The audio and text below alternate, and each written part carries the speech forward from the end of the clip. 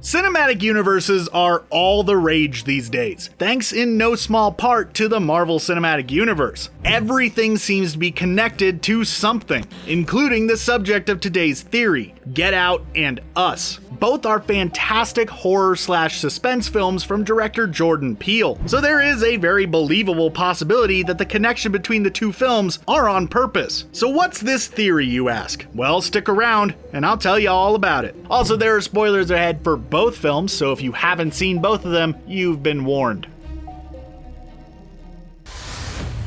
Both of these films have a few things in common that suggest that they may be connected, mainly the fact that both films include some rather twisted scientific stuff, and the root of both these experiments may be found in something that is never even mentioned in either of the movies. The Knights Templar. Yeah, the enemies from the Assassin's Creed games. Kind of. Not really. I'll explain. For a little bit here though, let's just kind of ignore Us and focus on Get Out. It'll make things a lot easier to understand. In Get Out, in case you haven't seen it, in which case why are you watching this video, there is a secret society of white people who are seeking a means of living forever, specifically by implanting their brains within the bodies of young African Americans. Except for the whole brain implanting kidnapping thing, that actually sounds pretty similar to the legendary Knights Templar from the Middle Ages. See, the Templars were a religious order of knights that are often associated with the Holy Grail, the cup that Jesus drank from during the Last Supper that supposedly has the ability of granting anyone who drinks from it immortality. Now, no one has yet discovered this legendary cup, so its ability to grant immortality is still kind of up for debate, but that hasn't stopped people from searching for it for millennia, including the Templars. Now, on the commentary for the Blu-ray release of Get Out, director Jordan Peele explained that the order of white people in the film, referred to as the Red Alchemist Society, are indeed descendants of the Templars. There is actually a reference to this idea in the film, as when Andre is kidnapped at the beginning of the movie, the one who grabs him is wearing a medieval helmet in the same style as those worn by the Templars during the Crusades. So the Red Alchemist Society are continuing their ancestors' quest to achieve everlasting life. And as of Get Out, they seem to have found a solution, and it is safe to assume that there have been multiple different experiments outside of the whole brain implanting thing. Heck, in the film there is a part where Chris watches a video of Rose's grandfather, Roman, in which he says they've been developing the technique for years, so there were bound to be different variations of the experiment at some point in the past. Which makes us wonder, what if the events of Us tie into one of these past experiments?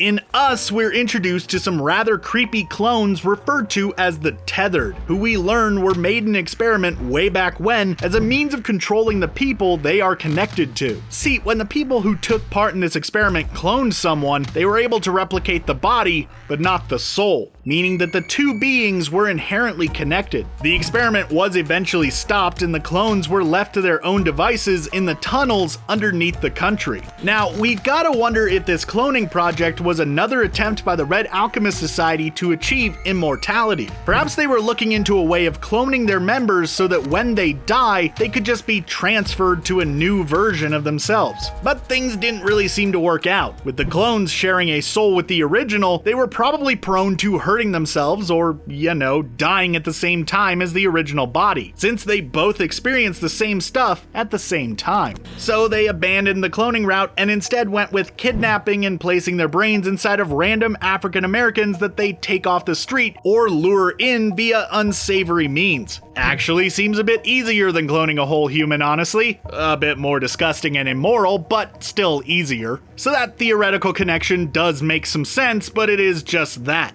Theoretical. How about some harder connections between the two films? Well, there are a few. They range from nice little symbolic ones to full-on Easter eggs. Let's start with both films' interest in the color red for their villains. In Get Out, the members of the Red Alchemist Society, there's our first reference to red in their name alone, are all seen during the party scene wearing some article of clothing or accessory that is red. That dude's tie? Red. Her earrings?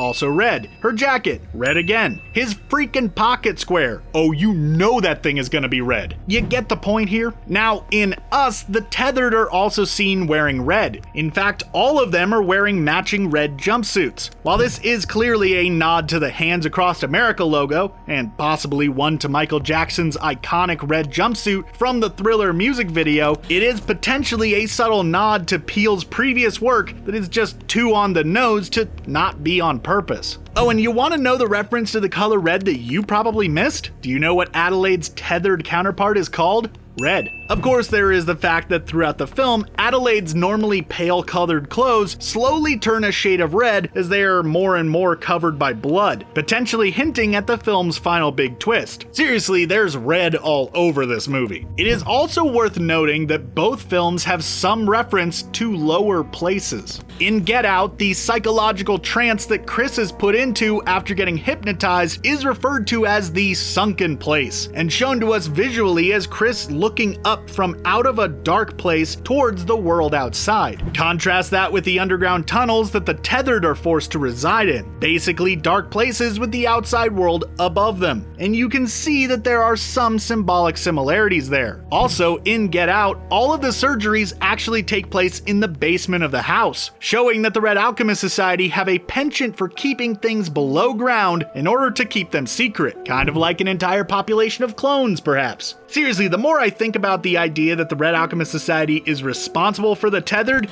the more the idea makes sense to me. Anyways, back to the smaller connections. Remember the scene in Get Out when the whole process is being explained to Chris via a video playing on a funky retro-looking TV? Remember what he's told? How a little bit of him will still remain, effectively making him a passenger in his own body? Well, that sounds kind of similar to how the tethered don't really have any sort of control over their own actions, being forced to mimic the ones who lived above. That is, until Adelaide somehow gains control over her body and is able to swap places with Red. Now, how did that happen exactly? Well, we don't know for sure, but Get Out may just have an answer. During the party sequence, Chris tries to sneak a pic of Logan, which doesn't work out as the camera flash causes the repressed part of Andre, still lingering in the body, to be able to temporarily take back control, allowing him to shout the film's title at Chris as a warning. Sorry, man. Okay. Get out!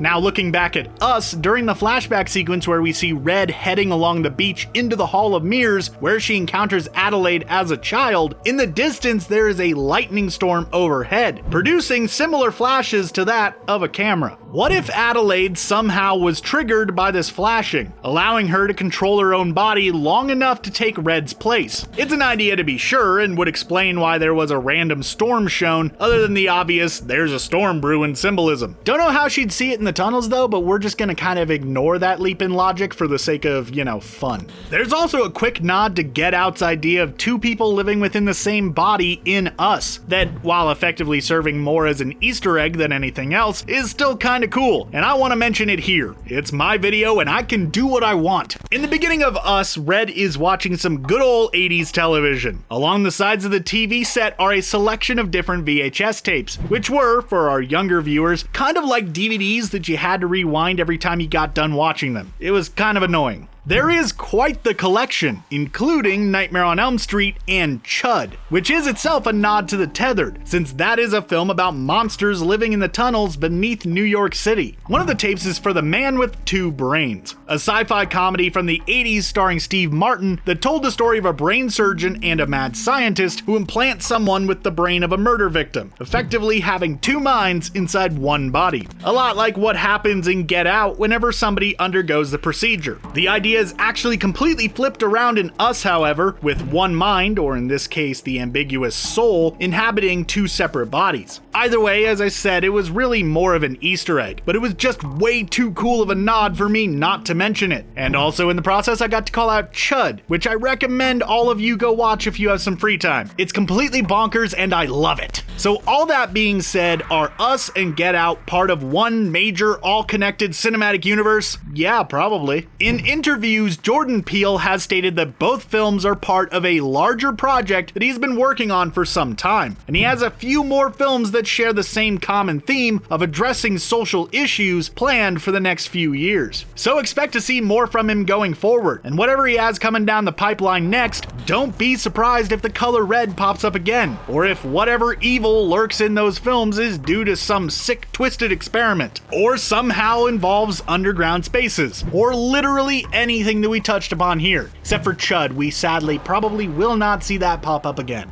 I know that I, for one, am certainly going to be looking for the signs and little details, at least when I'm not watching the movie through the gaps between my fingers. I love horror films, but I can't handle being scared. What do you think about this idea? Are Get Out and Us connected? What connections between the two films did you see that we might have missed? Let us know down in the comments below, and while you're down there, don't forget to like this video and subscribe to ScreenRant for even more theories about all your favorite movies. Thanks for watching, and I hope to see you at the movies.